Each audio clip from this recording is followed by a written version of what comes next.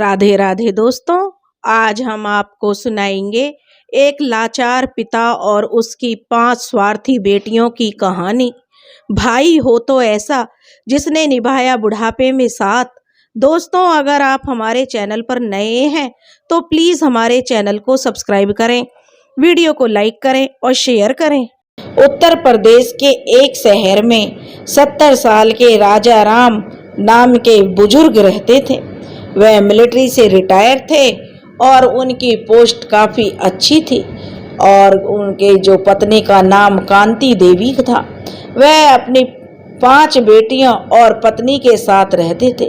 उनकी 5 बेटियों की शादी हो चुकी थी और 5 बेटियां अपनी गृहस्थी में व्यस्त थीं।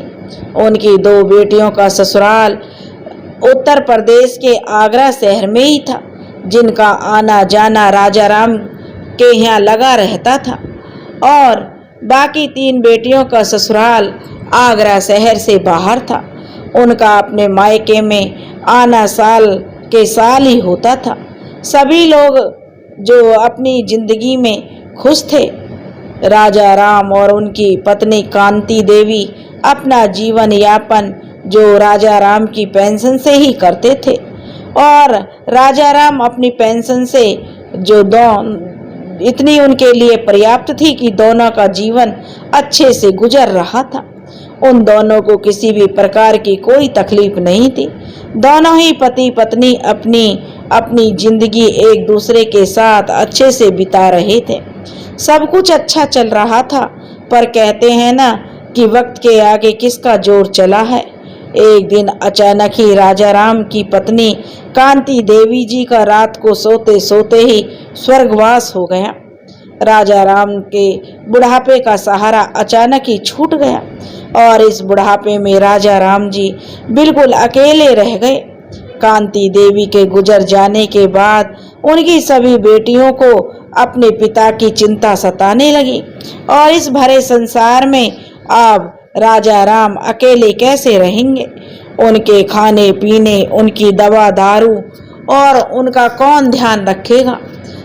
5 बेटियों ने काफ़ी सोच विचार के बाद जो यह फैसला निकाला कि जो राजा राम की सबसे बड़ी बेटी थी सीमा, उसने कहा कि उनके पास एक परमानेंट बाई का इंतजाम कर दिया जाए, जिससे उनके पिता को घर और उनके खाने पीने की सब बातों को वह ध्यान रखेगी।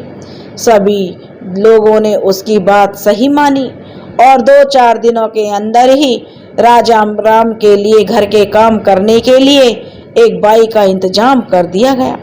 काफ़ी दिन बीत जाने के बाद सभी लड़कियां अपने अपने घर वापस चली गईं। आखिर वह कब तक अपने पिता के पास रहती। आखिर उनकी भी अपनी गृहस्थी थी। अब राजा राम बिल्कुल घर में अकेले हो गए। उनसे बात करने वाला, उनके दुख सुख सुनने वाला अब राजा राम के पास कोई नहीं था। बाई भी अपना काम करती और अपने में मस्त रहती थी। वैसे भी उसे उनके खाने पीने का ध्यान रखने के लिए रखा गया था, ना कि अपने पिताजी का सुख दुख बांटने के लिए। कांति जी के जाने के बाद शुरू में तो दोस्तों और रिश्तेदार जो मिलने आते रहे, पर अब उस बूढ़े राजा राम के पास जो समय व्यतीत ही नहीं होता था, क्योंकि उसका समय खराब था, इसलिए कोई उसके पास नहीं आता था। राजा राम भी अब अपनी परिस्थितियों से ऊब गए थे। उन्होंने बाहर आना जाना बंद कर दिया था। कांति जी के जाने के बाद उन्हें इतना सदमा लगा था कि वह अब न किसी से बात करते थे और न ही किसी के पास जाते थे। बस कभी कभार किसी का फोन आ जाता तो उससे बात कर लेते थे। राजा राम के ऐसे ही दिन गुजर रहे थे। बाहर से उन्हें देखने पर यही महसूस होता था कि वो अपनी दुनिया में बहुत खुश हैं, पर वो बात अलग है कि कांति जी का उन्हें दुख बहुत था, पर हकीकत उसके विपरीत थी। राजा राम जी की तबीयत अब अकेले रहते रहते बहुत खराब रहने लगी थी। राजा राम जी इतने बीमार रहने लगे कि उनके बिस्तर पकड़ने की नौबत आ गई, क्योंकि उनके पास बात करने वाला, उनके सुख दुख बांटने वाला कोई नहीं था, और इस बात से वे मन ही मन घुटते जा रहे थे। राजा राम की बेटियों को जब उनके बीमार होने की खबर मिली तो पांचों बेटियां अपने पिता से मिलने चली आईं और अपने बीमार पिता को देखकर उन्हें समझ नहीं आ रहा था कि अब वो क्या करें, कैसे उनका ख्याल रखें। सभी को अपनी अपनी गृहस्थी का ख्याल था, तो कोई भी हमेशा के लिए अपने पिता के पास नहीं रह सकती थी, पर कुछ ना कुछ तो रास्ता निकालना था। बहुत विचार विमर्श करके जो पांचों बेटियों की सहमति से सब इस नतीजे पर पहुंची कि अब जो उनका पिता जो राजा राम है हर किसी के घर 2-2 महीने के लिए उनके साथ रहे और उनके इस घर को बेच दिया जाए, जिससे उनकी देखभाल हो जाएगी। और उनके लिए गए फैसले में उनकी बेटियों के पतियों ने भी जो अपनी सहमति दी। सभी को यही अच्छा लगा। सभी ने कहा कि पापा की भलाई इसी में है कि वह हम सबके साथ रहे, जिससे वह खुश रहेंगे तो जल्दी ठीक हो जाएंगे। घर को बेचने वाली बात राजा राम को बताई गई। यह बात सुनकर राजा राम को बहुत दुख हुआ, क्योंकि वह उस घर में जो उन्होंने अपनी पूरी जिंदगी बिताई थी, उस घर में अच्छे बुरे सब दिन देखे थे, इसलिए उस घर को हमेशा के लिए छोड़कर जाना उन्हें अच्छा नहीं लग रहा था। पर सबकी सहमति से लिए गए फैसले को मानने के अलावा अब राजा राम के पास कोई चारा भी तो नहीं था। उन्होंने बुझे हुए मन से सोचा कि अकेले रहने से तो यही अच्छा है, कम से कम मेरे से बात करने वाला तो कोई होगा।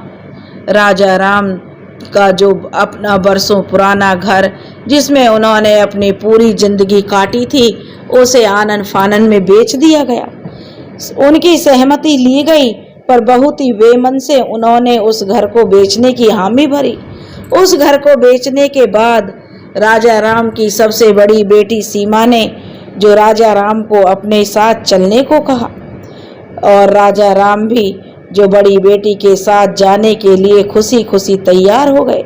बुढ़ापे का शरीर था उनका और उन्हें देखने वाला भी कोई नहीं था, इसलिए वह जाने को राजी हो गए। हालांकि आगरा को और अपने घर को छोड़ना उनके लिए आसान नहीं था।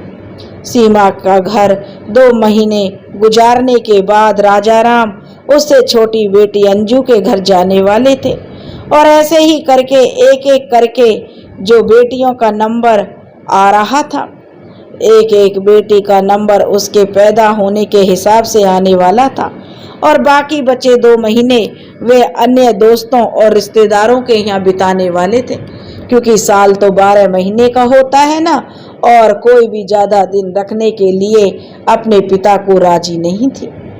राजा राम जी खुशी खुशी सीमा के साथ मथुरा रहने के लिए चले गए। वहां पर पहुंचकर सीमा के बाकी घर वालों ने बड़े ही प्यार से राजा राम का स्वागत किया। उनके बच्चों ने भी नाना जी कहकर उनके आने की खुशी जाहिर की। राजा राम जी उनके इस तरह से किए गए अपनेपन और प्यार को पाकर बहुत खुश थे। वे मन ही मन सोचने लगे कि अकेले पड़े रहकर जीवन काटने से तो यहाँ सबके साथ रहना अच्छा है। सीमा ने राजा राम जी को रहने के लिए घर में एक अलग से कमरा दे दिया। उनकी जरूरत की सभी चीजों को ध्यान में रखकर उनके कमरे को उनके हिसाब से सजा दिया गया। कमरे में ही अटैच बाथरूम था, जिससे उनको कोई भी तकलीफ ना हो। राजा राम भी जो सीमा की गई सारी व्यवस्था को देखकर बहुत खुश हुए। उन्होंने मन ही मन सीमा और उसके परिवार को बहुत आशीर्वाद दिए। उन्होंने मन में सोचा कि चलो कम से कम आज इस बूढ़े व्यक्ति की किसी को जरूरत तो है, उसे भी प्यार करने वाला ध्यान रखने वाला कोई तो है। राजा राम का मन सीमा के घर में उसके और उसके परिवार के सभी लोगों के द्वारा दिए गए अपनेपन से लगने लगा था, और उनकी तबीयत में भी धीरे धीरे सुधार होने लगा। राजा राम जी के नाती पोते भी उनका बहुत ध्यान रखते थे। सबके साथ खाना पीना उठना बैठना सभी के कामों में उनका सहयोग करना, इन सभी बातों में आज से जो अब राजा राम जी खुश रहने लगे थे। उनकी दूसरी बेटियों का भी फोन आता रहता था, और वे सभी से सीमा के घर अपने खुश रहने की बातें किया करते थे। अब तक राजा राम जी को सीमा के घर में रहते हुए 1 महीना गुजर चला था, परंतु राजा राम जी का मन सीमा के घर पर अब नहीं लग रहा था। राजा राम के ने जो मन ही मन अपना घर, अपने आस पड़ोस, रिश्तेदार, दोस्त और सबसे ज्यादा अपनी पत्नी कांति की याद उन्हें सताती थी। वह किसी को कुछ कहते नहीं थे, पर मन ही मन वहां पर उन्हें घुटन महसूस होने लगी थी, क्योंकि अब सीमा के बच्चे राजा राम से अब वैसा व्यवहार नहीं करते थे जैसा वह राजा राम के घर आने पर शुरू में किया करते थे। ना ही सीमा के पति राजा राम की इज्जत किया करते थे। एक दिन की बात है, जब राजा राम अपने कमरे में बैठे हुए पूजा पाठ कर रहे थे, तभी सीमा उनके कमरे में आकर उनके पलंग पर उनके पास बैठ गई और उनके पाठ खत्म होने का इंतजार करने लगी। उसे देखकर राजा राम को थोड़ा आश्चर्य हुआ कि आज कहाँ से इस बूढ़े की इसे याद आ गई। उन्होंने सोचा कि आज कैसे सूरज पश्चिम से निकल आया, क्योंकि राजा राम के बहुत बुलाने पर भी सीमा उनके पास नहीं आती थी, कोई ना कोई बहाना बनाकर टाल जाती थी। उन्होंने सोचा कि जरूर इसे मुझसे कोई काम है। राजा राम ने अपना पाठ खत्म किया और सीमा से कमरे में आने का कारण पूछा। सीमा कई तरह की मीठी मीठी बातें करने लगी, पर राजा राम ने उन्हें टोकते हुए सीधे मुद्दे पर आने की बात कही और कहा कि जो भी कहना है साफ साफ कहो, क्योंकि उसकी बातें राजा राम समझ रहे थे कि वह कुछ कहना चाहती है। सीमा ने भी अपने पिता से कहते ही बिना समय गवाए अपनी बात कहना शुरू कर दी। सीमा ने कहा कि अनिल जो सीमा का पति है, वे कह रहे हैं कि बाबूजी आपको किसी दूसरे कमरे में शिफ्ट कर देते हैं, क्योंकि अनिल यह कमरा किराए पर देना चाहते हैं, जिससे घर में थोड़ी ज्यादा आमदनी होने लगे, क्योंकि कहीं ना कहीं घर का खर्चा भी बढ़ गया है। सीमा का ऐसे कहते ही राजा राम के दिल को जोरों से धक्का लगा, क्योंकि राजा राम जी अच्छे से जानते थे उस घर में कोई भी ऐसा कमरा नहीं है जिसमें उन्हें शिफ्ट किया जाए। वह चुपचाप बैठे सीमा की सारी बातें सुनते रहे। सीमा न जाने क्या क्या कही जा रही थी, लेकिन राजा राम का दिमाग तो सुन्न अवस्था में चला गया था। थोड़ी देर तक अपने मन में ही कुछ सोच विचार करके राजा राम ने सीमा से बिना कुछ बात को तोड़े मोड़े सीधे ही उस कमरे का किराया बताने को कहा। उन्हें पता था कि वह उनसे कमरे में रहने का किराया चाहती है। सीमा ने भी एक झटके में कमरे का किराया बता दिया और साथ ही साथ खाने पीने का पैसा बताते हुए कमरे से बाहर चली गई। राजा राम जी बहुत देर तक अकेले बैठे बैठे इन्हीं सब बातों के बारे में सोच सोचकर अपनी आंखों को नम किए जा रहे थे। उन्हें अपनी आंखों और अपने कानों पर विश्वास नहीं हो रहा था कि उनकी अपनी बेटी उनसे यह सब बोल रही है। वो बैठे हुए सोचने लगे कि वो सब प्यार, वो सब अपनापन, वो मान सम्मान सब इस बूढ़े आदमी को अपने जाल में फंसाने के लिए दिखाया गया था। वे सोचने लगे, सीमा अगर मुझसे वैसे ही पैसे मांग लेती तो क्या मैं उसे देता नहीं? आखिर वो मेरी बेटी है, और वैसे भी बेटियों के घर का माँ बाप मरते दम तक पानी भी नहीं पीते, तो क्या मैं उसका रख लेता? मैं तो उसके साथ दुगना व्यवहार करता, पर इस तरह से खाने का पैसा और किराया मांगकर सीमा ने जो राजा राम का बहुत दिल दुखाया। क्या यही दिन दिखाने के लिए वह अपने पिता को अपने साथ लाई थी? यह सब बातें राजा राम के दिमाग में जो घूम रही थी, आज उन्हें अपनी पत्नी कांता देवी की याद आ रही थी। यह सब सोचते सोचते राजा राम जोर जोर से रोने लगे, और जैसे तैसे आज राजा राम जी को सीमा के घर पर रहते हुए 2 महीने बीत गए। राजा राम का मन अब तक सीमा की तरफ से बुरी तरह बुझ गया था। वह जल्दी से जल्दी उसके घर से निकल जाना चाहते थे। उन्हें इस घर में 2 महीने किसी न किसी बहाने अच्छी तरह से लूटा गया था। कभी कुछ मांगकर, तो कभी कोई दुखड़ा रोकर, तो कभी बच्चों के नाम पर। बाबूजी को इस घर में पूरी तरह से एटीएम की तरह इस्तेमाल किया जा रहा था। राजा राम को अपने खर्च किए गए पैसों का दुख नहीं था, बल्कि उन्हें दुख तो इस बात का था कि इस घर में उन्हें सीमा के पिता की हैसियत से नहीं बल्कि किसी किराएदार की तरह से रखा गया था। उस घर में अब उनका इतना दम घुटने लगा था कि उन्होंने अपनी दूसरी बेटी अंजू को वहां से ले जाने के लिए कहा। राजा राम के फोन करते ही अंजू और उनके पति सुरेश उन्हें लेने के लिए सीमा के घर पहुंच गए। वैसे भी अब राजा राम जी को सीमा के घर पर रहते हुए 2 महीने बीत चुके थे, तो अब नंबर के हिसाब से भी अंजू की बारी थी उन्हें रखने की। राजा राम भी अंजू के साथ जाने के लिए खुशी खुशी तैयार बैठे थे। वे सोच रहे थे कैसे भी करके इस घुटन भरी जिंदगी से तो छुटकारा मिले, और वहां पर मैं रहूंगा तो कभी कभार कोई ना कोई दोस्त या रिश्तेदार से तो मिलना होगा, क्योंकि अंजू आगरा में ही रहती थी। अंजू बड़े प्यार से अपने पिता को अपने घर लेकर गई। अंजू के घर पहुंचते ही उसके बच्चों ने भी अपने नाना जी का स्वागत बड़े ही प्यार से किया। अंजू के 2 लड़के थे। राजा राम के घर पहुंचते ही दोनों भाई उनके आगे पीछे घूमने लगे।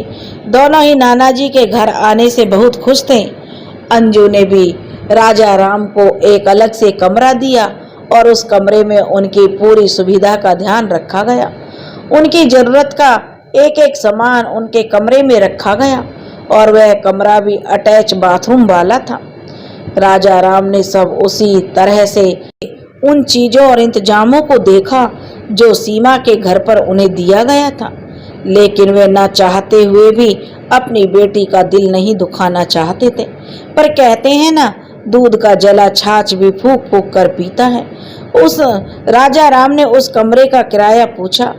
राजा राम ने अंजू से बड़े ही दबे स्वर में कहा कि बेटा, मुझे पहले ही बता देना कि खाने पीने और इस कमरे का कितना खर्चा आएगा, जिससे बाद में किसी को कोई तकलीफ ना हो। अंजू ने राजा राम को हैरानी से टोकते हुए कहा, पापा, आप ये कैसी बातें कर रहे हो? क्या मैं आपसे यहाँ रहने और खाने पीने का पैसा लूंगी? आप मेरे पापा हो, कोई गैर नहीं, और आप यहाँ पर पूरे मान सम्मान के साथ अपना हक समझकर रहिए। और पापा, अंजू कहने लगी, आप ये सोच भी कैसे सकते हैं कि मैं आपसे पैसे ले सकती हूँ? मैं तो क्या कोई भी बेटी अपने माँ बाप से उनके यहाँ रहने या खाने पीने का पैसा लेगी? उनकी इस बात को सुनकर बाबू राम जी थोड़े मुस्कुराए और उन्होंने मुस्कुराते हुए अंजू से कहा, किसने कहा कि ऐसा नहीं होता बेटी? मेरे साथ तो ऐसा एक बेटी ने किया है। अंजू को कुछ समझ नहीं आया। उन्होंने राजा राम से साफ साफ सब कुछ बताने के लिए कहा। राजा राम ने जो कुछ भी सीमा के घर सहा, वो सब कुछ जो उनके साथ घटा, सारी बातें उन्होंने अंजू को बताई कि किस तरीके का व्यवहार उनके साथ वहाँ पर किया जाता था। यह सारी बातें बताते हुए राजा राम की आंखों से आंसू बहने लगे। वह बहुत दुखी हो गए थे, क्योंकि वह अपने सपने में भी कभी नहीं सोच सकते थे कि उनकी अपनी बेटी ऐसा करेगी। उनकी कही गई बातों पर अंजू को विश्वास नहीं हो रहा था। वो सोच समझ नहीं पा रही थी कि सीमा दीदी ऐसा कर सकती हैं। उन्होंने सीमा से बात करने के बारे में सोचा कि सीमा ने ऐसा क्यों किया, पर राजा राम ने उसे रोक दिया और उन्होंने कहा कि बेकार में बातों को आगे बढ़ाने से क्या फायदा। अंजू ने अपने पिता की बात को मान लिया और वहीं पर उन बातों को खत्म कर दिया। अब राजा राम जी अंजू के घर बड़े ही सुख चैन के साथ रह रहे थे। उन्हें वहाँ किसी प्रकार की कोई कमी नहीं थी और न ही किसी से कोई शिकायत थी। अंजू के घर पर उसकी जरूरत का पूरा ध्यान रखा जाता था। धीरे धीरे राजा राम सीमा के घर की जो बिताई पुरानी कड़वी बातों को भी अंजू के प्यार और सम्मान से भूलते जा रहे थे। अब उन्हें किसी से कोई शिकायत नहीं थी और न ही कोई गिला शिकवा था। अंजू के घर पर भी उन्हें रहते हुए पूरे 2 महीने होने वाले थे। बस कुछ दिन शेष बचे थे। अंजू के घर पर राजा राम जी का दिल बहुत अच्छे से लग गया था, पर वहां से जाना उनकी मजबूरी थी, क्योंकि बाप को सभी ने 2-2 महीने में ही के लिए बांट रखा था। अंजू के घर से जाने के 2 दिन पहले ही अंजू जो अपने पिता के कमरे में उनके पास आकर बैठ गई, क्योंकि वह उनके साथ कुछ समय बिताना चाहती थी। अंजू ने उनके साथ बैठकर नई पुरानी बहुत सारी बातें की और उनके साथ खूब सारा समय बिताया। अंजू का ऐसा करने से राजा राम जी बहुत खुश नजर आ रहे थे। उन्होंने अंजू को सीने से लगाकर उसको बहुत सारे आशीर्वाद दिए और ऐसा करते हुए उनकी आंखों से आंसू बहने लगे। तभी थोड़ी देर बाद अंजू का पति सुरेश भी उसी कमरे में आ गया जहाँ पर दोनों बाप बेटी बातें कर रहे थे। सुरेश के हाथ में एक डायरी थी जो कमरे में आते उसने अंजू के हाथ में पकड़ा दी। अंजू ने उस डायरी को लेकर राजा राम को पढ़ने के लिए दे दी। राजा राम जी बड़े ही आश्चर्य से उस डायरी को देखने लगे। उन्हें समझ नहीं आ रहा था कि वह डायरी उन्हें क्यों दी गई है। उन्होंने डायरी को हाथ में लेकर सुरेश से पूछा, बेटा इसमें क्या है और वह उन्हें क्यों दी गई है, तो और यह किसकी डायरी है। अंजू ने अपने पिता को उसे पढ़ने के लिए कहा। राजा राम ने डायरी को पढ़ने के लिए पन्ने पलटे और एक एक करके उसे पढ़ने लगे। उन्हें पढ़ते ही राजा राम की आंखें खुली की खुली रह गईं। वे कभी डायरी को देखते तो कभी अंजू और सुरेश को देखते। डायरी को पढ़ते हुए वे एकदम जड़वत से हो गए। उन्हें एक गहरा सदमा पहुंचा। उन्हें समझ नहीं आ रहा था कि यह सब कैसे और क्यों हुआ। उन्हें इतना सम्मान देने वाला दामाद, इतना प्यार करने वाली बेटी ऐसा कर सकते हैं। उस डायरी में राजा राम जी पर जब से उनके घर रहने वो आए थे तब से अब तक का किया हुआ सारे खर्चे का एक एक हिसाब लिखा हुआ था। एक एक पैसे का हिसाब था उस डायरी में। उनके कमरे की साज सुविधा, उनके कमरे की बिजली का बिल, उन्हें घुमाने फिराने पर किया गया खर्चा, आने जाने में पेट्रोल या अन्य व्हीकल का टिकट खर्चा, फल सब्जी अनाज दवाओं और न जाने क्या क्या, उन सभी का एक एक हिसाब लिखा हुआ था। राजा राम जी कब कहाँ गए, उन्होंने कितना खर्चा किया, सब कुछ तारीख और समय समेत लिख रखा था।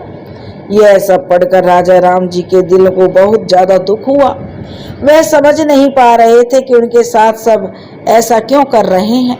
वह मन ही मन सोच रहे थे, इन सभी लड़कियों को मैंने मकान बिकते ही सब कुछ इनमें बांट दिया, तो अब इन सबको बूढ़े बाप से और क्या चाहिए।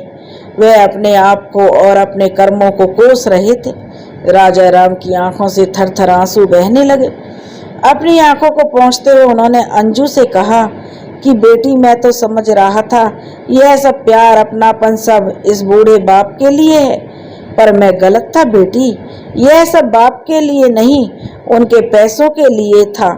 वह रोते रोते अपने संस्कारों को कोस रहे थे। उन्होंने कहा कि शायद मेरी ही परवरिश में कुछ कमी रही होगी, नहीं तो मुझे ऐसे धोखे में जो धक्के खाने नहीं पड़ते। अंजू ने बड़े ही इतराते हुए कहा कि पिताजी, इसमें इतना रोने वाली क्या बात है। जब आप सीमा दीदी को इतना कुछ दे सकते हैं तो मैंने भी वही मांगा है जो आप पर मैंने खर्चा किया है। जब आप सीमा दीदी का घर भर रहे थे तब तो आपको बुरा नहीं लगा। आज मैंने जरा सा कुछ मांग लिया तो आपको इतना बुरा क्यों लग रहा है। आपको इतनी पेंशन मिलती है पिताजी, थोड़ा बहुत आप हमें दे देंगे तो कौन सा आप गरीब हो जाएंगे। अपनी बेटी अंजू के मुंह से यह सारी बातें सुनकर राजा राम को एक झटका सा लगा। वे सोचने लगे, कभी भी इसने जाहिर नहीं होने दिया कि इस बेटी के मन में इतना जहर है। राजा राम अब कुछ भी समझने की स्थिति में नहीं थे। अंजू ने फिर कहा, पिताजी, मुझे पता है आपने कब कब और क्या क्या सीमा दीदी को दिया है।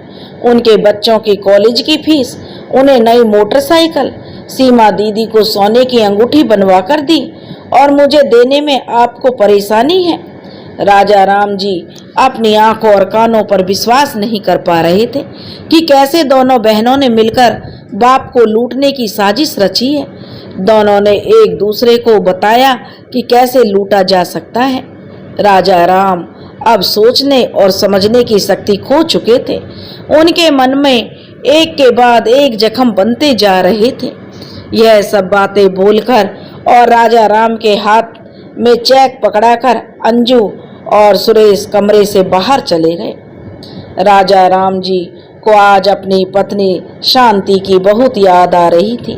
वह सोच रहे थे कि काश शांति मुझे अकेला छोड़कर नहीं जाती, और मुझसे बहुत बड़ी गलती भी हो गई है जो इन सब बेटियों की बातों में आकर मैंने अपना बरसों पुराना मकान बेच दिया।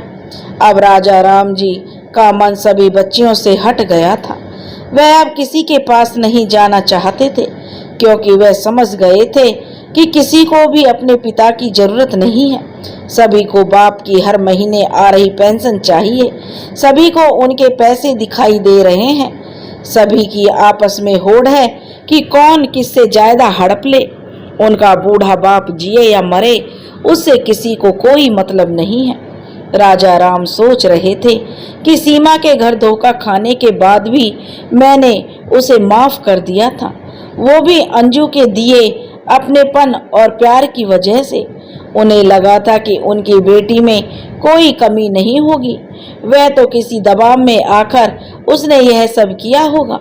पर आज अंजू ने तो उनकी पीठ पर छुरा घोंप दिया। अंजू ने तो उनकी पीठ पर ऐसे छुरा घोंप दिया कि उसने दिखावे का नकाब पहनकर उन्हें ऐसे जाल में फंसा दिया है जहां से वो ना तो निकल पा रहे हैं और ना ही उगल पा रहे हैं। इतना सब होने के बाद उनके पास अब कोई रास्ता नहीं था कि अब वो क्या करें, कहाँ जाएं।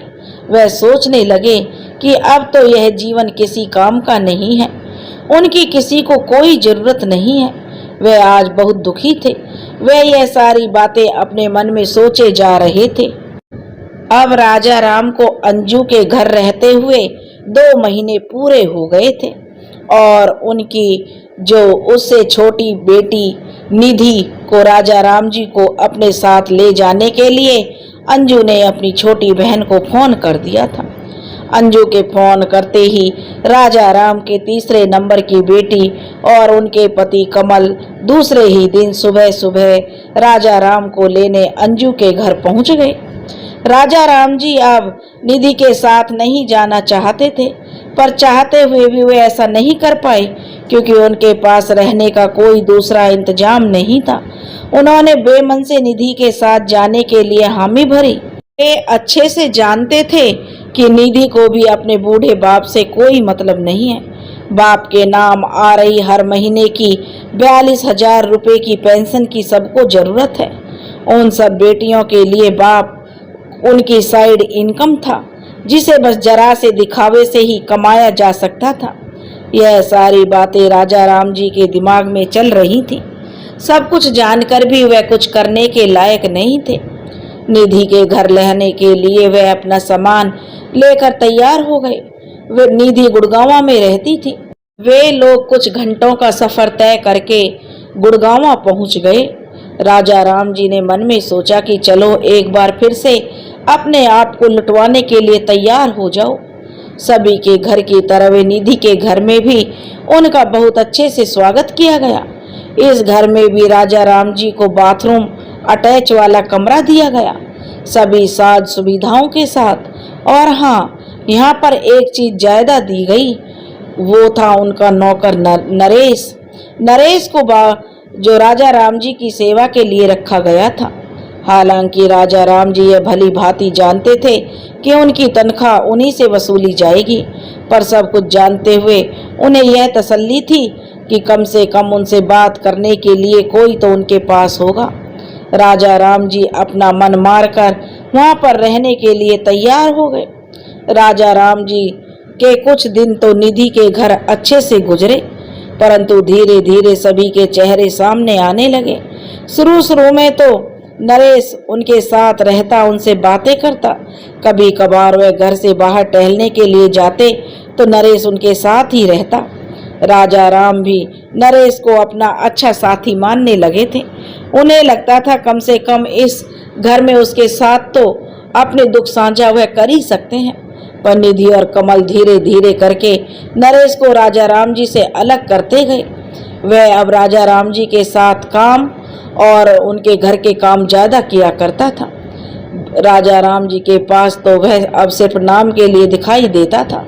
वैसे भी राजा राम जी यह तो पहले से ही जानते थे ऐसा दिन आएगा उनका यहाँ पर रहते हुए, पर फिर भी उन्होंने यही सोचा था कि जितने दिन अच्छे से निकल जाएं सो अच्छा ही है। कुछ दिन गुजारने के बाद राजा राम जी ने नरेश को अपने पास कमरे में आने को कहा। नरेश उनके बुलाने से उनके पास आया। नरेश के कमरे में आते ही राजा राम ने नरेश से पूछा, क्या बात है नरेश, अब तुम बिल्कुल भी मेरे पास क्यों नहीं आते हो? राजा राम जी को इतने दिन साथ बिताने के कारण नरेश से लगाव हो गया था, तो वो उसके साथ अपने सारे सुख दुख बांटने लगे थे। पर नरेश के इस व्यवहार के कारण वो बहुत निराश हो गए थे। वो कहते हुए राजा राम की आंखों में आंसू बहने लगे, क्योंकि वैसे भी उनसे कोई पहले की तरह ज्यादा बात नहीं करता था। कम से कम नरेश था जो उनके पास, जिससे वह बात कर लेते थे, पर उसने भी तो अब उनसे पल्ला झाड़ लिया था। वह उसके इस तरह से किए गए व्यवहार के बारे में जानना चाहते थे। उनके इस प्यार और उदासी को देखते हुए नरेश ने राजा राम को सब कुछ बता दिया कि कैसे निधि और कमल ने सिर्फ उन्हें के जो है उनके नाम का फायदा उठाते हुए उसे अपने काम करने के लिए रखा था। उन्होंने उसे पहले ही बता दिया था कि उस बूढ़े आदमी के साथ बस कुछ दिन बिताना है, उसके बाद तुम्हें वही काम करना है जो हम बताएंगे। नरेश की बातों को सुनकर राजा राम को बहुत दुख हुआ। उसके बाद भी वह काम और वह उन लोगों के लिए ही करता था और तनख्वाह राजा राम जी ही देते थे। राजा राम जी अपने कमरे में बैठे बैठे सोचने लगे, ये कैसी बेटियां हैं मेरी, जिन्हें अपने पिता की कोई परवाह नहीं, जबकि सभी को पता है कि बाप ने उनके घर सिर्फ 2 महीने ही गुजारने हैं, उसके बाद तो वहाँ आना नहीं है जब तक दोबारा नंबर नहीं आ जाता। और इस बूढ़े बाप का क्या पता दोबारा नंबर आए भी या नहीं, तो 2 महीने तक अच्छे से नहीं रख सकती अपने बाप को। वह मन ही मन सोच रहे थे। किसी ने सच कहा है, माँ बाप बच्चों को एक कमरे में ही बड़े अच्छे से पाल लेते हैं, और यह सब बच्चे मिलकर भी एक बाप को नहीं पाल पा रही हैं। राजा राम जी कमरे में बैठे हुए यही सब सोच रहे थे कि इतने में निधि कमरे में आई और उसने राजा राम जी को तैयार होने के लिए कहा। राजा राम जी ने पूछा कि कहाँ जाना है निधि, पर वह कुछ नहीं बोली और कमरे से चली गई। राजा राम जी थोड़ी देर तक सोचते रहे कि पता नहीं कहाँ जाना है, पर कुछ सोचकर तैयार हो गए। सभी लोग एक कार से शोरूम में घुसे। शोरूम के अंदर जाते ही निधि ने राजा राम जी को बताया कि हम लोग कार खरीदने के लिए आए हैं।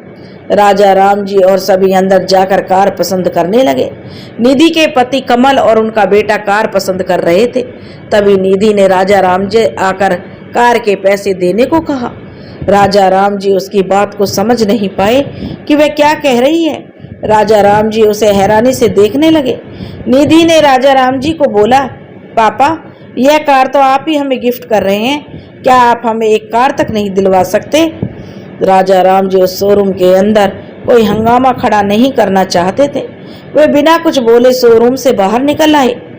राजा राम जी के बाहर आते ही निधि भी उनके पीछे पीछे बाहर उनके पास आ गई और उन्हें तरह तरह के बहाने देकर उनसे कार के लिए चेक पर साइन करवा लिए।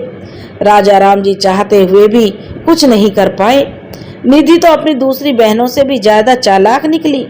वह तो राजा राम जी को बातों में फंसाकर कार गिफ्ट करवा ली, और यह बात जब दूसरी बहनों को पता चली कि निधि ने तो सीधा कार ही राजा राम जी से ले ली है, तो सभी उन्हें अपने अपने तरीके से कोसने लगती हैं, क्योंकि सभी को अपने हिस्से में दूसरे से ज्यादा चाहिए था। अब तक राजा राम जी बहुत परेशान हो गए। वह रोज रोज के दिखावे और अपने ही बाप के साथ की गई चालबाजियों से ऊब चुके थे। वह अपने लिए एक ऐसी जगह तलाशना चाहते थे जहां पर वह अपने जीवन के यह बचे हुए कुछ पल और अपना बुढ़ापा सुख चैन और आराम के साथ गुजार सके, जहां पर ना किसी की चिकचिक हो और ना ही किसी की कोई चालबाजियां हो। वह बहुत परेशान रहने लगे थे। उन्होंने अपना आगरा का बरसों पुराना घर खुश रहने के लिए बेचा था, पर वह तो पहले से भी ज्यादा दुखी रहने लगे थे, और उनके इस अकेलेपन और उदासी से उनकी बेटियों को कोई लेना देना नहीं था। वह सब तो इस में लगी रहती थी कि कैसे और किस तरीके से अपने बाप को लूट सकें।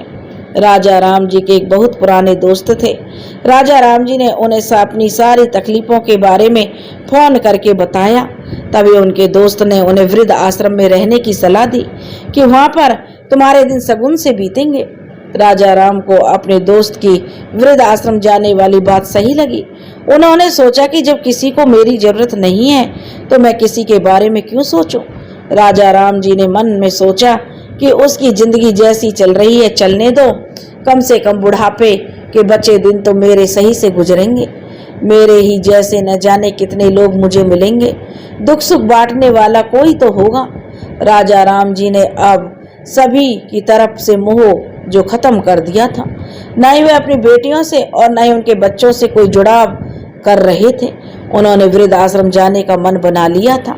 बस वे आश्रम जाने से पहले अपने बड़े भाई से एक बार मिलना चाहते थे। वे अपने बड़े भाई बाबू राम जी से बहुत प्यार करते थे।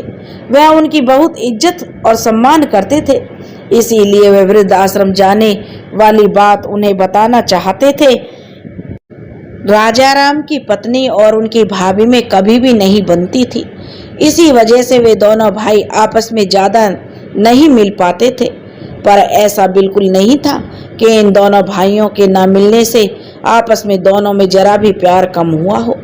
राजा राम जी अपने भाई को याद करते हुए अपने बचपन में खो गए। वह उन दिनों को याद करने लगे कि कैसे वो और उनके बड़े भाई बाबू राम जी एक साथ मिलकर बड़े प्यार से रहा करते थे। परंतु अपनी अपनी शादियों के बाद दोनों ने रोज रोज की कलह से बचने के लिए अकेले अलग अलग रहना ही सही समझा, जिससे दोनों परिवारों में प्यार बना रहे। अपने बड़े भाई को याद करते हुए राजा राम जी की आंखों से आंसू बहने लगे। वे अपने भाई से मिलकर उन्हें अपने दिल की सारी बात बताना चाहते थे। वे अपनी आंखों से बहते आंसुओं को पोंछकर अपने भाई से बात करने के लिए फोन लगाने लगे। जैसे ही उनके बड़े भाई बाबू राम जी ने उनके फोन आने की खबर का पता चला तो वे इस बात से खुश होकर फूले नहीं समा रहे थे। उनके लिए वह पल बहुत ही खुशी का पल बन जाता है कि दोनों भाइयों की आपस में बात होती है और बात करते हुए दोनों भाइयों के गले भर जाते हैं। वे दोनों भाई जल्द से जल्द मिलकर आपस में गले मिलकर रोना चाहते हैं। राजा राम जी के फोन करते ही बाबू राम जी बिना कुछ जाने समझे उन्हें अपने घर मिलने आने के लिए बुलाते हैं। उनकी यह बात सुनते ही राजा राम जी के गले में दबी हुई सिसकी जोर से आंसुओं में तब्दील हो जाती है। राजा राम जी अपने आंसुओं को रोक नहीं पाते और अपने भाई से मिलने के लिए आतुर हो उठते हैं और फोन पर उनसे 2 दिन बाद मिलने का समय तय करते हैं। बाबू राम जी अपने भरे पूरे परिवार के साथ ग्वालियर शहर में रहते थे। वे अपनी पत्नी आशा, अपने 2 बेटे, एक बेटा चंद्रभान और उसकी पत्नी सुमन और 2 बेटियां, छोटा बेटा अतुल और उसकी पत्नी सुनीता और एक बेटा, सभी लोग इकट्ठा एक परिवार के साथ मिलजुल कर रहते थे। राजा राम जी के 2 दिन बाद ग्वालियर आकर मिलने की बात वह अपने घर के सभी लोगों को बताते हैं। उनके घर पर सभी इस बात को सुनकर राजा राम जी से मिलने के लिए उत्साहित होते हैं। उनके आने की तैयारियां होने लगती हैं। राजा राम जी के आज आने का दिन था और उनके आने की खुशी में तरह तरह के पकवान बनाए गए। उनके रहने के लिए कमरा तैयार किया गया। सभी लोग अपने अपने तरीके से उनके स्वागत में लगे हुए थे। बच्चे भी अपने छोटे दादाजी से मिलने को बेताब थे, क्योंकि उनके बचपन में उनके छोटे दादाजी बहुत सारी चॉकलेट जो लाकर देते थे। राजा राम जी की गाड़ी आने का समय हो गया और वह कुछ ही देर में अपने बड़े भाई के घर भी पहुंच गए। उनके वहां पर पहुंचते ही उनका बहुत ही प्यार और सम्मान से उनका स्वागत किया गया। सभी लोग उनकी खातिरदारी में लग गए। दोनों बहुएं, दोनों बेटे और उनके बच्चे, उन्हें यह एहसास ही नहीं होने दिया कि वह सभी लोगों से जो कई साल बाद मिल रहे हैं। राजा राम जी भी उनके प्यार और अपनेपन को पाकर बहुत भावुक हो गए। राजा राम जी को उनके प्यार और अपनेपन की इस तरह से उम्मीद नहीं थी, क्योंकि जिस तरह से वे इन सभी से अलग हुए थे और इतने सालों से उन्होंने इन सब से कोई वास्ता भी नहीं रखा था। कभी बस 1-2 बार फोन पर बात हुई थी या कभी बच्चों की शादियों तक व्यवहार निभाया था। और राजा राम जी की पत्नी शांति जी के स्वर्गवास पर उनका आना हुआ था और राजा राम जी को अपने बड़े भाई के घर आए हुए अभी कुछ ही घंटे हुए थे कि उन्होंने अपने वापस जाने की बात कही। उनके वापस जाने की बात सुनकर सभी लोगों ने उन्हें कुछ दिन उनके साथ रहने की कसम दी, क्योंकि वह सभी उनके साथ कुछ समय बिताना चाहते थे। वैसे भी वह उन सब से कई सालों बाद मिले थे। राजा राम जी किसी पर भी बोझ नहीं बनना चाहते थे, इसलिए वह अपने जाने की बात कर रहे थे। पर अपने भाई की बात का सम्मान रखने के लिए वो कुछ दिन उनके साथ रहने की बात को मान गए। उसके बाद सभी ने साथ मिलकर खाना खाया और खूब सारी बातें की और एक साथ बहुत अच्छा समय बिताया। रात होते ही दोनों भाई एक साथ एक कमरे में सोते हैं। तभी राजा राम जी ने से जो उनके भाई उनकी उदासी का कारण पूछते हैं। राजा राम जी उनकी यह बात सुनकर थोड़ा आश्चर्य में पड़ गए। वे अपने मन में सोचते हैं, उन्होंने तो कोई बात भी किसी को नहीं बताई, तो उन्हें कैसे मालूम कि मैं बहुत दुखी और उदास हूँ। इसी वजह से मैं इनसे मिलने के लिए आया हूँ। राजा राम जी अपनी सोच में खो रहे थे कि बाबू राम जी ने उन्हें आवाज लगाते हुए अपने हाथों से हिलाते हुए कहा। उनके ऐसा करते राजा राम जी की चेतना लौट आई और तब राजा राम जी ने अपने भाई से पूछते हैं कि आप यह कैसे आपको पता लगा कि मैं परेशान हूँ। उनके पूछते ही बाबू राम जी बोले, अगर सब कुछ सही होता तो यूं बूढ़े बाप को कोई भी अकेले इतनी दूर सफर के लिए नहीं भेज देता।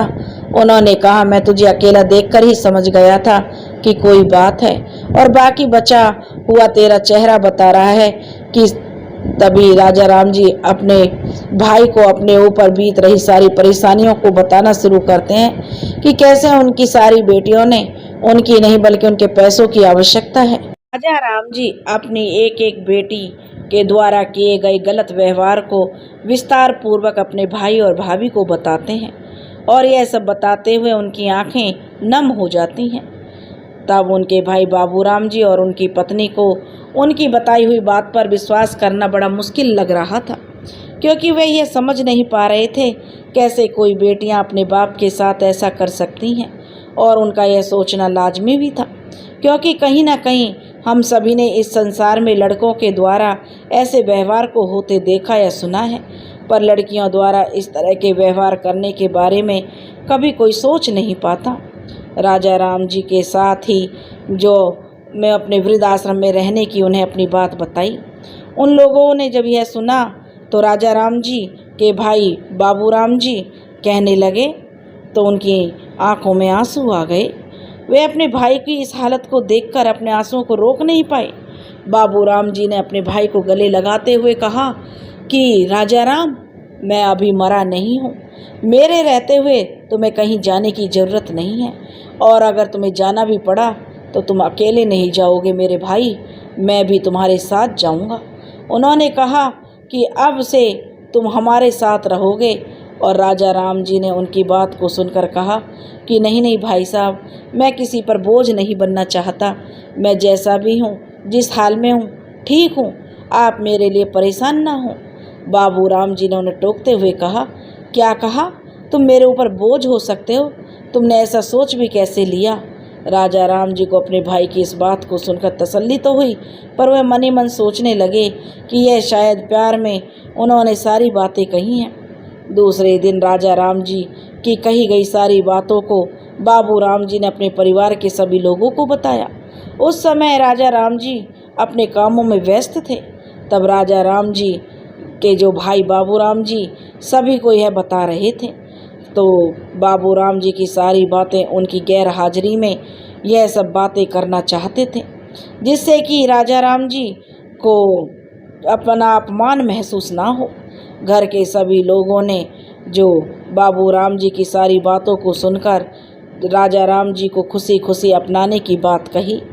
सभी की एक ही राय थी कि हम सभी लोग मिलकर उनका ख्याल रखेंगे, और रही सारी बातें वे बिना स्वार्थ के कर रहे थे, क्योंकि उनके घर में किसी को कुछ भी पता नहीं था कि उनकी कितनी पेंशन है, या उनका क्या बैंक बैलेंस है, या उनके बुढ़ापे का क्या सहारा है। यह सब राजा राम जी को अपनाना चाहते थे, ना कि उनकी हर महीने आने वाली पेंशन को। अब बाबू राम जी की कही गई सारी बातों के उनके परिवार वालों ने बिना किसी आपत्ति के जाहिर किए बिना मान लिया। इसीलिए जो बाबू राम जी को आज अपनी परवरिश और दिए गए संस्कार और अपने बच्चों पर गर्व हो रहा था कि कैसे उनके सिर्फ एक बार कहने पर ही सभी ने उनकी बात का समर्थन किया और साथ में ही उनकी बहुओं ने भी राजा राम को अपनाने में अपना पूरा सहयोग दिया।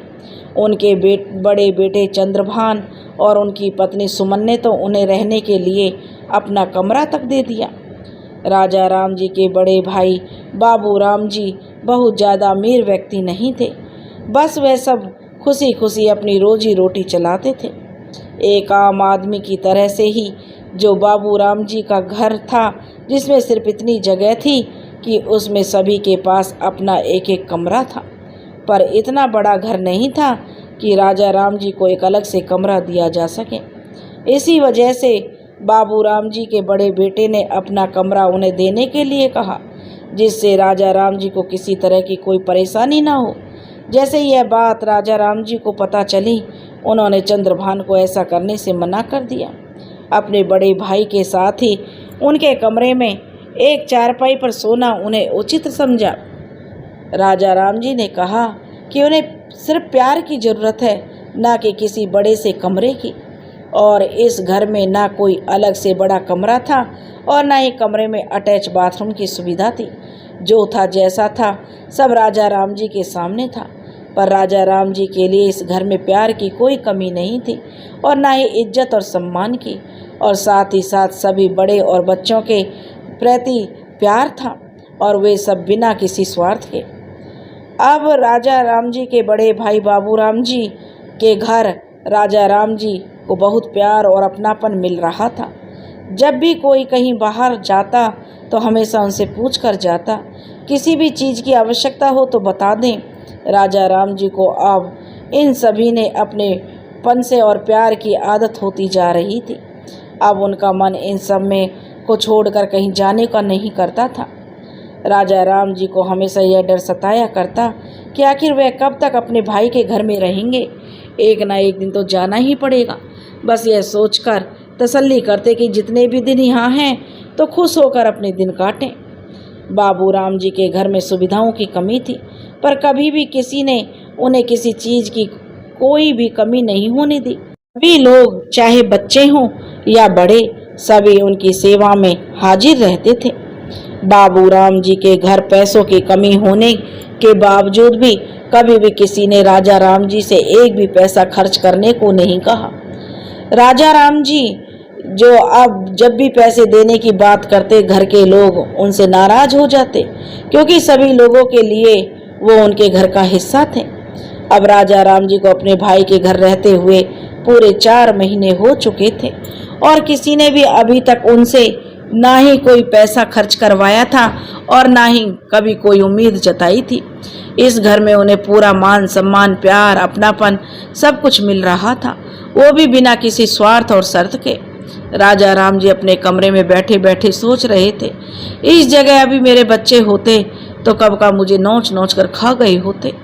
राजा राम जी की लड़कियां उन्हें ले जाने के लिए फ़ोन करती, लेकिन राजा राम जी को अच्छे से मालूम है कि उन्हें अपने बाप की याद नहीं सता रही, उन्हें तो अपनी साइड इनकम की याद आ रही है, जो बिना कुछ किए उन सबको मिल रही थी। राजा राम जी ये सारी बातें अपने मन में बैठे बैठे सोच रहे थे और यह सब बातें याद करके राजा राम की आंखों में आंसू बहने लगे। और राजा राम जी कमरे में बैठे हुए यही बात सोच रहे थे कि इतने में उनके भाई बाबू राम जी कमरे में आ गए। उन्हें देखकर राजा राम जी तुरंत अपनी आंखों से बहते हुए आंसुओं को पोंछकर उन्हें छुपाना चाहते थे, लेकिन वो ऐसा नहीं कर पाए। बाबू राम जी उन्हें रोता हुआ देख लेते हैं और घबराकर राजा राम जी से उनके रोने का कारण पूछते हैं। राजा राम जी ने उन्हें टाल देते हैं और उनसे अब उनके घर से चले जाने की बात करते हैं। राजा राम जी के घर से चले जाने वाली बात और उन्हें रोता हुआ देखकर तो उनके भाई पूछते हैं, क्या उनके घर में उन्हें कोई तकलीफ़ है या किसी ने कुछ कहा है, किसी की कही गई कोई बात बुरी लगी है? तो राजा राम जी अपने भाई को बीच में ही टोकते हुए कहते हैं, अरे भाई साहब, ये आप कैसी बातें कर रहे हो? मुझे यहाँ पर तो सभी लोगों से वो प्यार और खुशी मिली है जिसकी मैं सपने में कल्पना भी नहीं कर सकता था। समय पर खाना, वो भी सबके साथ मिलजुल कर खाना, समय पर दवाई और न जाने क्या क्या।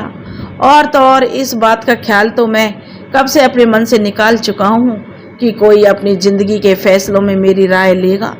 पर मुझे इस घर में वो हक भी मिला कि मैं अपनी राय दूँ। यह सब मेरे लिए किसी सपने की तरह लग रहा है।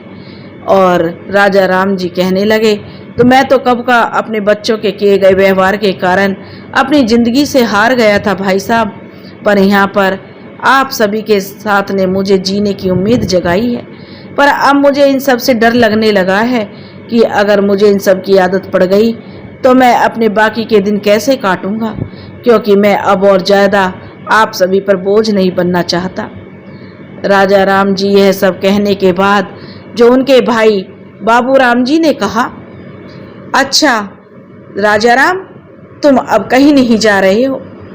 अब हम दोनों भाई एक साथ मरते दम तक इस घर में रहेंगे।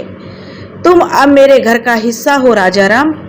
और राजा राम और बाबू राम बस नाम अलग हैं, तन अलग है भाई मेरे, लेकिन मन एक ही है। और अगर तुम्हें फिर भी ऐसा लगता है कि तुम किसी पर बोझ हो और तुम्हारी वजह से इस घर का खर्चा बढ़ गया है, तो मैं इस घर से तुम्हें नहीं जाने दूंगा। मैं जाऊंगा मेरे भाई। और बाबू राम जी की यह बात सुनते ही राजा राम की आंखों से जो झरझर आंसू बहने लगे, वे अपने भाई के गले मिलकर रोने लगे। ऐसा करने से वे अपने आप को रोक नहीं पाए। राजा राम जी ने अपने भाई से कहा, भाई साहब, जिंदगी का क्या है, क्या क्या रंग दिखाती है। जिन बच्चों के लिए अपनी पूरी जिंदगी मैंने दांव पर लगा दी, अपना सब कुछ नौछावर कर दिया, वही मेरी लड़कियां आज जो मेरे लिए पराई हो गई हैं। और मैंने जिनसे कभी प्यार नहीं किया, जिनकी कभी दुख तकलीफ नहीं पूछी, कभी उनके सर पर प्यार भरा हाथ नहीं फेरा, वे बच्चे, वे बहुएं आज मुझे अपने से अलग नहीं होने देना चाहते। राजा राम जी बोले कि सच ही कहा है किसी ने, आज के ज़माने में लड़कियां लड़कों से कम नहीं हैं। तो यह बात बिल्कुल सही है। जहाँ एक तरफ लड़के माँ बाप से अपना हक मांगने में पीछे नहीं हटते, उन्हें अपने माँ बाप से कुछ लेना देना नहीं होता, सिर्फ पैसे से प्यार है, तो वहीं पर आज लड़कियां भी ऐसी होती जा रही हैं। उन्हें माँ बाप से ज़्यादा उनकी धन दौलत से प्यारी है। राजा राम जी ने कहा कि मैं सबके बारे में तो शायद नहीं कह सकता, पर मेरी बेटियां तो ऐसी हैं जिन्हें मुझसे प्यार नहीं है भाई साहब। और जहाँ हम लड़कों को हमेशा गलत मानते हैं, बहुओं को कभी अपना नहीं समझते, तो वही बहुएं सास ससुर के बुरे वक्त में उनके साथ रहती हैं, उनकी सेवा करती हैं। वही लड़के उनका ख्याल रखते हैं। कौन लड़की है जो अपना घर बार छोड़कर अपने माँ बाप की सेवा करने आती है? सेवा हमेशा बहुएं करती हैं। उन्होंने कहा कि भाई साहब, यहाँ पर भी मैं किसी की बात नहीं करता, पर अपने घर के बच्चे तो ऐसे ही हैं। राजा राम जी बोले कि यह दोनों ही बातें मैंने अपने जीवन में सीखी हैं भाई साहब, कि आज के समय में लड़के लड़की और बहू बेटी सब हर किसी चीज़ में एक समान है। पर चाहे माँ बाप के हिस्से करना हो या उनके धन दौलत के, जहाँ एक तरफ लड़के बुरे हैं तो लड़कियाँ भी बुरी हैं भाई साहब, और जहाँ बहुएं बुरी हैं तो वहाँ दामाद भी बुरे हैं भाई साहब। वाकई में सब कुछ एक समान नहीं है। आज राजा राम जी हमारे इस दुनिया में नहीं रहे, उन्हें गुजरे हुए साल सवा साल हो गया है, पर वे मरते दम तक अपने भाई के साथ ही रहे। उन्हें कभी भी किसी ने भी कहीं नहीं जाने दिया। राजा राम जी के दिन अपने भैया बाबूराम के घर बहुत ही अच्छे से बीत रहे थे, लेकिन कहते हैं ना, भगवान के आगे किसी की नहीं चलती। इसलिए राजा राम अपने भैया के घर में अंतिम सांस तक रहे और बड़े चैन से रहे। लेकिन वो अपने अंत समय में भी बड़े खुशी खुशी संसार से विदा हो गए। उन्हें ना तो किसी वृद्धाश्रम की जरूरत थी और ना ही किसी बेटी की, क्योंकि बेटियां भी जो अपना रंग दिखा चुकी थी। बुढ़ापे में उनका अगर साथ दिया तो उनके भाई बाबूराम और उनके परिवार ने। ऐसा नहीं है कि भाई ही भाई का दुश्मन है, लेकिन भाई ही भाई का सबसे बड़ा हमदर्द भी है। दोस्तों, यह दो भाइयों की कहानी और स्वार्थी बेटियों की कहानी अगर आपको पसंद आई हो तो प्लीज़ हमारे चैनल को सब्सक्राइब करें, वीडियो को लाइक करें और शेयर करें। राधे राधे।